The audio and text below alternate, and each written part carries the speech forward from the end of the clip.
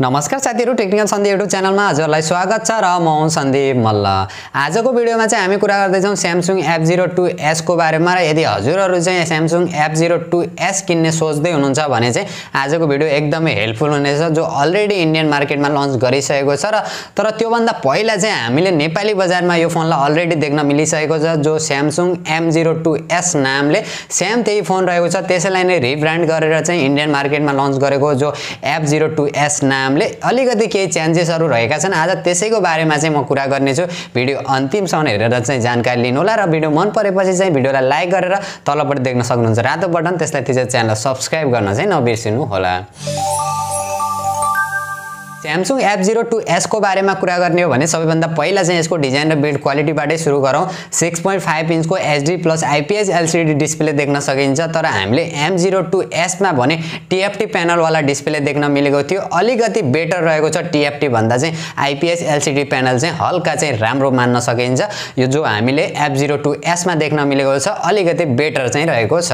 र अपरेटिङ सिस्टमको कुरा गर्ने हो भने Android 10 जो Samsung को One UI का साथ देख्न सकिन्छ। र प्रोसेसरको बारेमा कुरा गर्ने हो भने अलिकति पुरानो प्रोसेसर चाहिँ यसमा युज गरेको छ, जो हामीले Samsung M02s मा पनि सेम नै प्रोसेसर देख्न मिलेको थियो, जो Qualcomm को Snapdragon 450 चिपसेट प्रोसेसर देख्न सकिन्छ। प्राइसिङलाई हेर्ने भने ठीकठाक चाहिँ मान्नु पर्छ, तर अलिकति पुरानो प्रोसेसर चाहिँ रहेको छ। जो Qualcomm को Snapdragon 460 दिएको भए चाहिँ अलिकति बेटर परफर्मेन्स चाहिँ हामीले देख्न मिल्ने थियो। तर नर्मली पनि हामीले गेमहरु चाहिँ मजाले चाहिँ खेल्न सकिनेछ प्राइसिङलाई हेर्ने हो भने चाहिँ।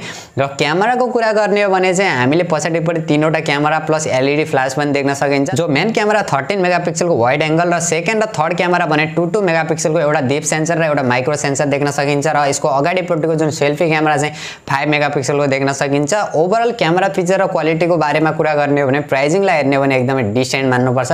त्यस्तो नराम्रो पनि छैन र त्यस्तो राम्रो पनि भन्न मिल्दैन। र अरु फिचरहरुको बारेमा कुरा गर्ने हो भने यसमा चाहिँ हामीले कुनै प्रकारको फिंगरप्रिन्ट सेन्सर चाहिँ देख्न मिल्दैन। एउटा नराम्रो पोइन्ट पनि रहेको छ। 3.5 mm को हेडफोन ज्याक देख्न सकिन्छ। HDR को सपोर्ट रहेको छ, एकदमै राम्रो कुरा पनि हो। र ब्याट्रीको बारेमा कुरा गर्ने हो भने 5000 mAh को एकदमै पावरफुल ब्याट्री देख्न सकिन्छ। 15 वाट को charger, USB type C port देख्न सकिन्छ। यसमा पनि कुनै कमी कमजोरी चाहिँ देख्न मिलेको छैन। सेम हामीले जो M02s मा देख्न मिलेको थियो सेम टु सेम यसमै रहेको छ।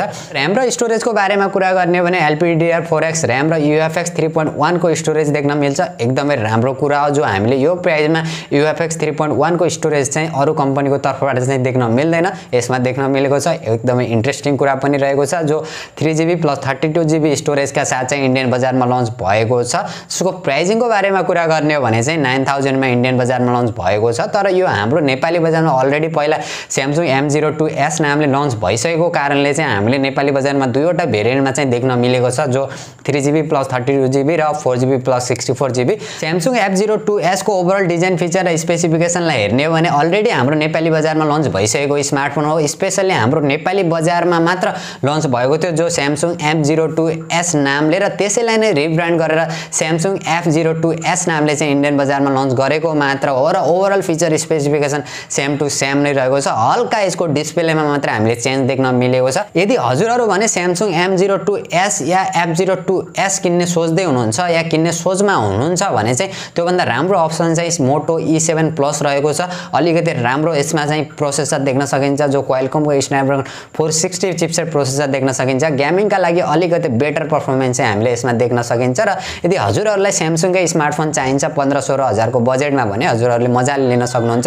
प्राइसिङलाई हेर्ने हो भने ओभरअल फिचर स्पेसिफिकेसन एकदमै राम्रो नै मान्नु पर्छ। र हजुरहरु भने Samsung F02s लाई लिएर कतिको एक्साइटेड हुनुहुन्छ र यो फोनको सबैभन्दा राम्रो कुरा चाहिँ के लागेको छ कमेन्ट गर्नु होला। भिडियो मन परेपछि भिडियोलाई लाइक अनि शेयर गरेर तलपट्टि देख्न सक्नुहुन्छ रातो बटन, त्यसलाई थिचेर च्यानललाई सब्स्क्राइब गर्नु होला। र साथमा रहेको नोटिफिकेसन बेल आइकनलाई दबाएर अल नोटिफिकेसनलाई पनि अन गर्नु होला, ताकि मैले जति पनि नयाँ भिडियो अपलोड गर्छु सबैभन्दा पहिला नोटिफिकेसन हजुरलाई मिल्नेछ।